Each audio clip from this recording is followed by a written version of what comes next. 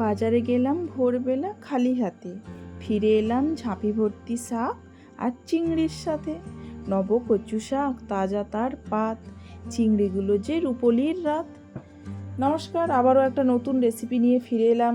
কচু শাক চিংড়ি। কচু শাক চিংড়ি হলো একটি ঐতিহ্যবাহী বাঙালি রান্না, যা কচু শাক এবং চিংড়ি দিয়ে রান্না করা হয়। কচু শাকের মধ্যে রয়েছে প্রচুর পুষ্টিগুণ, এটি হজমের জন্যও উপকারী। চিংড়ির সাথে মিশে এক অন্য স্বাদ তৈরি করে, যা বাঙালির খাবারের রুচি ও বৈচিত্র্যকে তুলে ধরে।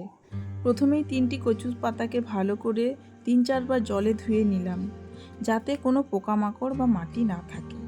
এখন কচু পাতার মাঝের শিরাগুলোকে কেটে বাদ দিয়ে দিলাম, যাতে খাওয়ারের সময় শক্ত শক্ত না লাগে। পাতাগুলোকে 2 ভাগে ভাগ করে নিয়ে একটার পর একটা পাতা সাজিয়ে নিলাম। এরপর এক পাশ থেকে কচু পাতাগুলোকে রোল করে নিলাম, ঠিক যেমন ভিডিওতে দেখালাম। এরপর একটা ছুরি দিয়ে লম্বা লম্বা ঝিরিঝিরি করে কেটে নিলাম। এখন ওভেনের উপর কড়াই বসিয়ে তাতে খানিকটা জল দিয়ে কেটে রাখা পাতাগুলো দিয়ে দিলাম। উপর থেকে একটু নুন দিয়ে ঢেকে দিলাম 2 মিনিটের জন্য। অন্যদিকে বাজার থেকে আনা 150 গ্রাম মতো চিংড়ি মাছ ভালো করে পরিষ্কার করে ছাড়িয়ে ধুয়ে রাখলাম। এবার 2 মিনিট হয়ে গেছে, শাকটা স্ট্রেনার দিয়ে ছেঁকে ভালো করে জল ঝরিয়ে তুলে রাখলাম।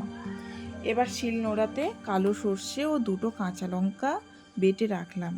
সর্ষে একদম মিহি করে বাটতে হবে। আর 1 মালা নারকেল কুড়ে রাখলাম। এখন একটি পাত্রে সেদ্ধ করা শাক, নারকেল কোড়া, ধুয়ে রাখা চিংড়ি আর বেটে রাখা সর্ষে নিয়ে নিয়েছি। তার সঙ্গে নুন, হলুদ গুঁড়ো, লঙ্কা গুঁড়ো আর সর্ষের তেল নিয়ে মশলাগুলো ভালো করে মাখিয়ে নিলাম। এবার একটি কড়াই নিয়ে তাতে সর্ষের তেল দিলাম। গরম হলেই মাখানো শাক, চিংড়ি দিয়ে দিলাম আর তার সঙ্গে প্লেট ধোয়া একটু জল দিয়ে ভালো করে মিক্স করে নিলাম। এখন 5 মিনিটের জন্য ঢাকা দিলাম। ঢাকা খুলে স্বাদের জন্য আধা চামচ চিনি দিতেও পারেন আপনারা, কিন্তু আমি দিলাম না। এবার সর্ষের তেল দিয়ে একটু নাড়িয়ে নিয়ে আঁচ বন্ধ করে 10 মিনিট ঢেকে রেখে দিলাম। এখন আমাদের কচু শাক চিংড়ি রেডি হয়ে গেছে। এবার চেখে দেখার পালা। ওহ, দারুণ দারুণ হয়েছে! আপনারাও বানিয়ে দেখুন, দারুণ হবে। নতুন নতুন রেসিপি পেতে আমার চ্যানেলটাকে সাবস্ক্রাইব করে রাখুন।